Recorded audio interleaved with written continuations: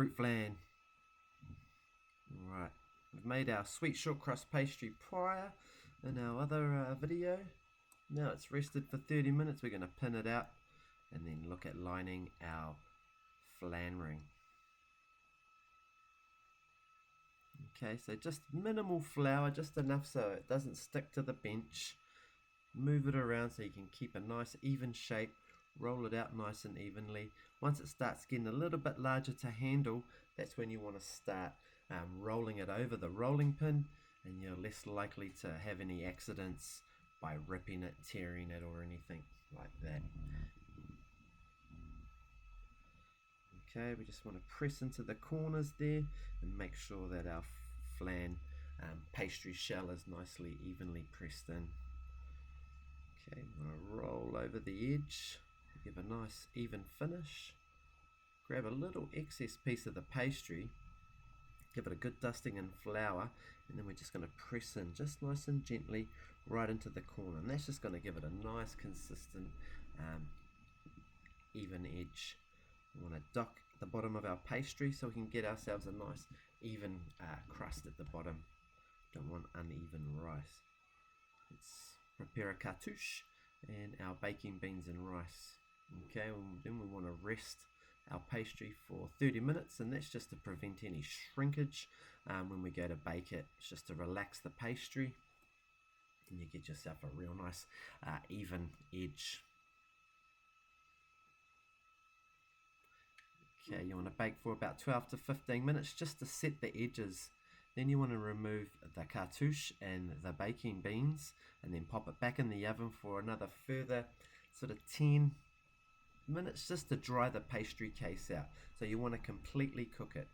While you're drying that out, you can prepare the glaze with the marmalade, the flan gel, and the water. Bring it up to the boil. Give it a little simmer, and then we want to look at straining it.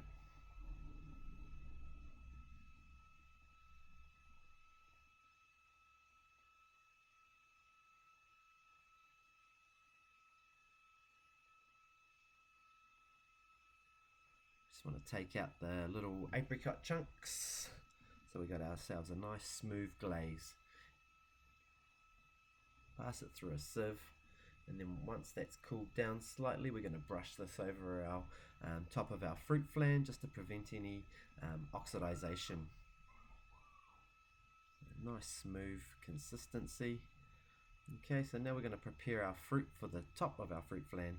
So I got some mandarins here. I've been soaking them in cold water just to soften the white pith around the mandarins, because I really want to expose the real bright orange segments.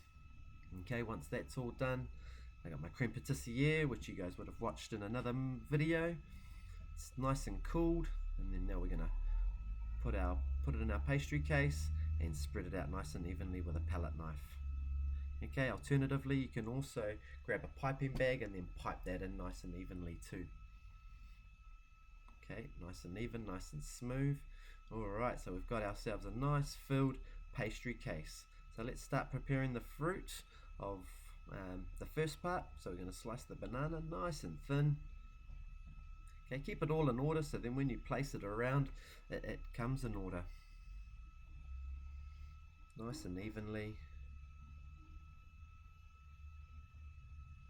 Okay, discard any uneven sliced ones. You know, you want to keep only the best quality slices. Okay, when you get to the end here, just with your paring knife, just tuck it under so you get yourself a nice little even fan all the way around. Okay, you're going to have to move real quickly here because you don't want to be leaving your bananas out to the exposure of air for too long, otherwise it'll brown. Okay, let's place your mandarins around nice and evenly. Look how bright they are, because that's the removal of the pith. Some nice fresh raspberries. And then let's glaze. Give it a good glaze. Give it 1 to 2 glazes. You know, you can even glaze it, pop it back in the fridge, and then give it another glaze if you need to as well. Nice and shiny.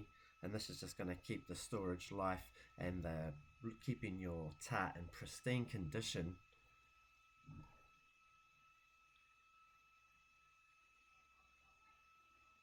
Awesome.